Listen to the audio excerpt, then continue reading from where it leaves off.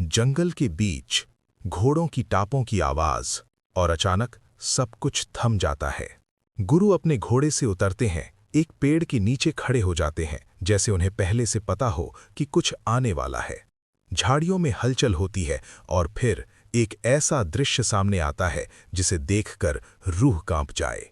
एक विशाल अजगर जिसके पूरे शरीर पर हजारों चींटियां और कीड़े मकोड़े रेंग रहे हैं, उसे जिंदा ही कुरेद कुरेद कर खा रहे हैं। लेकिन सबसे हैरान करने वाली बात, गुरु उसे रोकते नहीं बल्कि अपने पास बुलाते हैं। क्यों? यही है उस रहस्य की कहानी। एक बार सिखों के छठे गुरु हरगोबिंद साहिब जी अपने शिष्यों के साथ घोड़े पर सवार होकर जंगल की ओर जा रहे थे।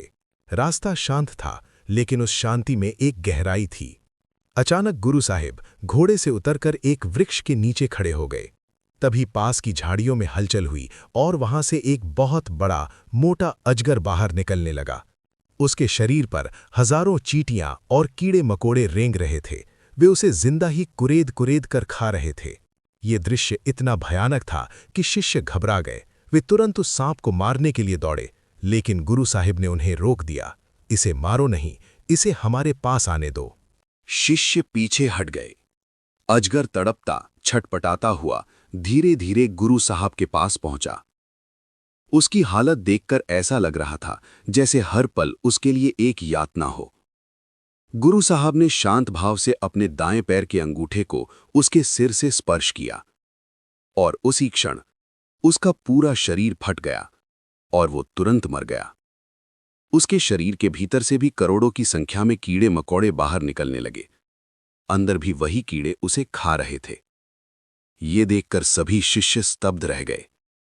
उनके मन में एक ही प्रश्न था, गुरु साहब, इसके शरीर में इतने सारे कीड़े मकोड़े क्यों थे? इसने ऐसा क्या किया था? और आपके चरणों में आकर ही इसका अंत क्यों हुआ? गुरु साहब मुस्कुराए और बोले, ये अपने पूर्व जन्म में एक झूठा गुरु था।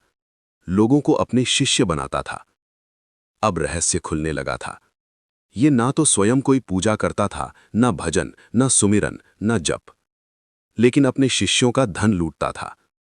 और जिनके पास धन नहीं होता था, उनका शरीर तक शोषण करता था। वातावरण भारी हो गया। इसने न जाने कितनी महिला शिष्यों के साथ दुराचार किया। शिष्य स्तब्ध थे। उसके पापों का परिणाम ये हुआ कि उसके सारे शिष्य भी नरक में गए और ये स्वयं भी नरक में गिरा। और अब न जाने कितने जन्मों तक ये और इसके शिष्य अलग अलग योनियों में भटकते रहेंगे। गुरु साहब ने आगे कहा, इसके शरीर में जो कीड़े मकोड़े थे, वे सब इसके वही शिष्य थे जो अब अपना बदला ले रहे थे। सब कुछ स्पष्ट हो चुका था। जंगल फिर से शांत हो गया, लेकिन उस दिन की घटना ने एक गहरी सीख छोड़ दी। गुरु साहब ने अंत में कहा, अंध भक्तों को चाहिए कि वे सच्चे गुरु की शरण में जाएं। ऐसे गुरु के पास कभी मत जाना जिसका एकांत कुछ और हो और समाज में रूप कुछ और। सच्चा गुरु वही है जिसका अंदर और बाहर एक हो। जो कहे कुछ और करे कुछ और, वो पाखंडी है। जो स्वयं पूर्ण नहीं, वो किसी और को पूर्ण नहीं कर सकता। और उस जंगल की खामोशी में मानो ये चेतावनी आज भी गूंजती है, गलत गुरु का साथ सिर्फ अंधकार की ओर ले जाता है।